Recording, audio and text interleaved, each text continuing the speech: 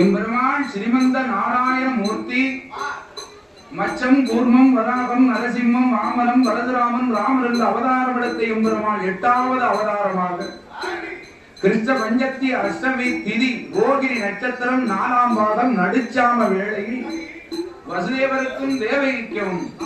எம்பெருமான் ஸ்ரீமந்த நாராயணமூர்த்தி பச்சை நீரோ நல்ல பவழ நீரோ பால் வண்ண நல்ல நிறத்தோடு நல்ல நாமத்தோடு நீரமேக சாம்பல குருவரனாய் எம்பெருமாள் நாராயணன்